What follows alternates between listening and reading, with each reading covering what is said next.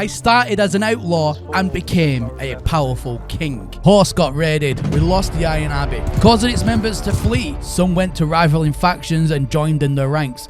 Others, including myself, went as an outlaw. Cold, hungry, and alone. And against all the odds, this is my story.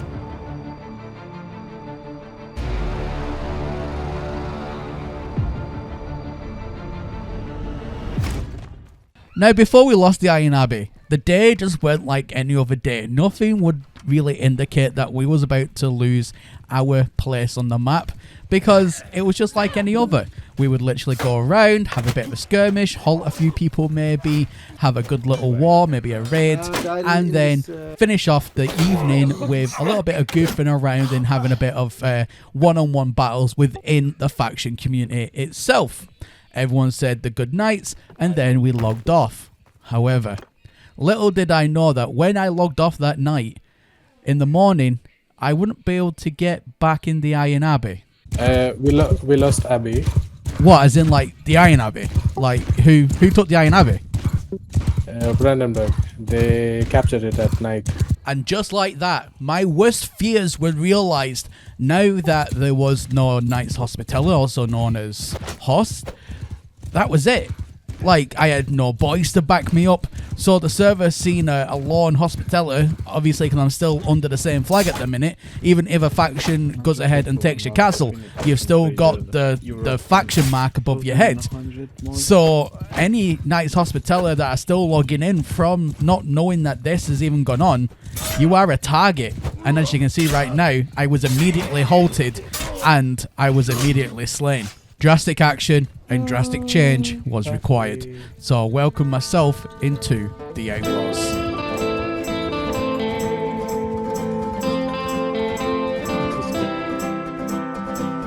And so starts my new life.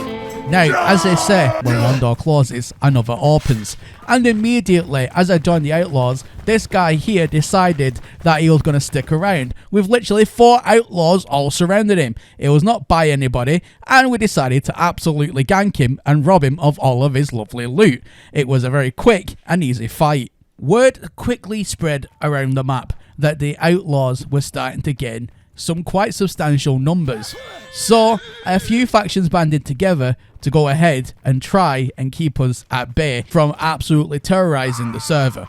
But unknowns to them, a few of us actually escaped. So once I was free from that skirmish, I made my way over to BD Castle, also known as the Blood Diamonds. Now, this is where my whole story on this server actually began. I used to be a Blood Diamond. So I actually knew some of the people that was still in that faction. So I run up to the gates and I schmoozed the guard. And just by saying to him a couple of the correct things, he let me in more than happily. Which meant then I had full access to everything inside of that castle, which was going to be vital for the next plan. Some members, however, with inside the castle walls were a little suspicious of myself.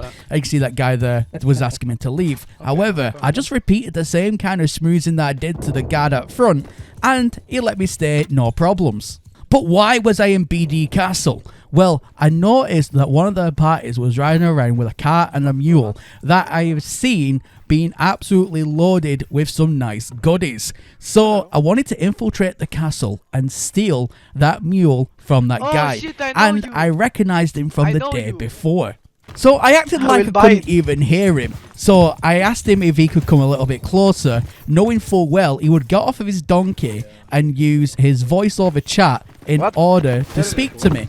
But as soon as he made that vital mistake, I jumped on the donkey and made my escape. Oh, man. Bro, wait. Nah. Wait. Hey, what? Hey. Stop it.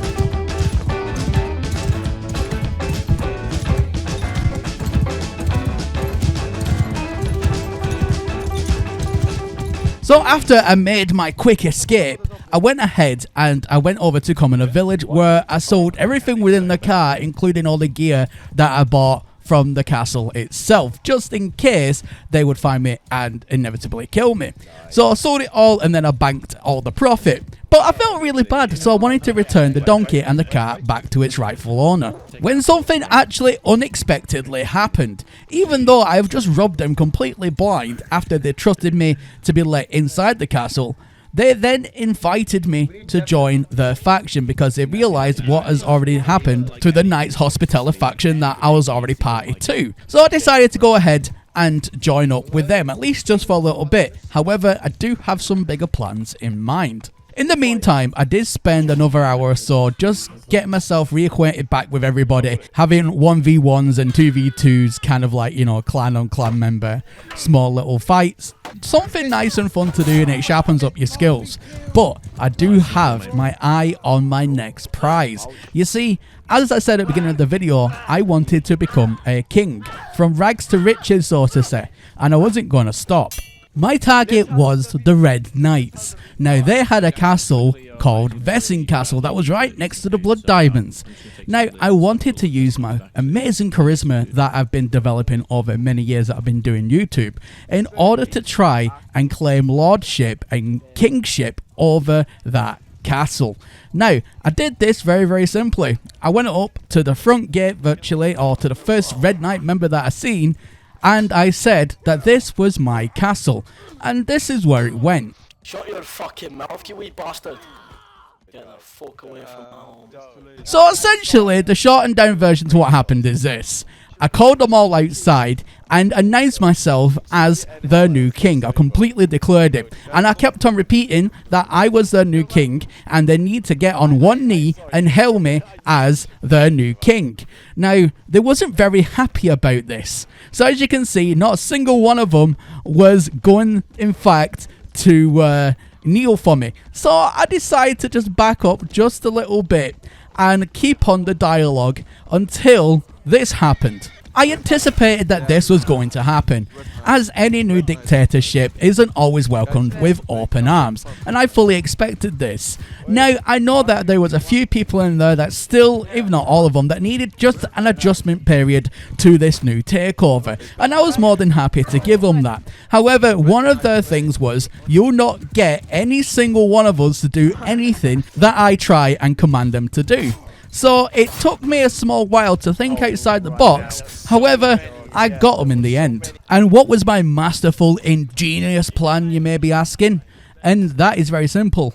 A group photo. That's right. So I announced that I'd do YouTube and I showed them my channel and whatnot after this skirmish has all calmed down, of course, and was kind of like back on some kind of level playing field. So I went back over to them, announced who I was, and that I wanted to get them into a group photo, and basically they was more than happy to oblige. They actually all started to do exactly as I'd asked them to do. So they all got ready for a group photo, and that's where then it brings us back to the recording bit of the video, because they said they will never do what I would ask them to do, and therefore I could not be king.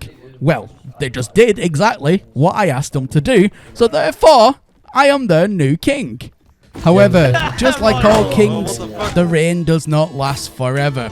And as soon as I quickly reminded them that they just did exactly what they said they wouldn't do, they was quick enough to end my reign over the castle and themselves. However, I still was king, even though it was only for a very small fraction. But I still set out and became what I wanted to become.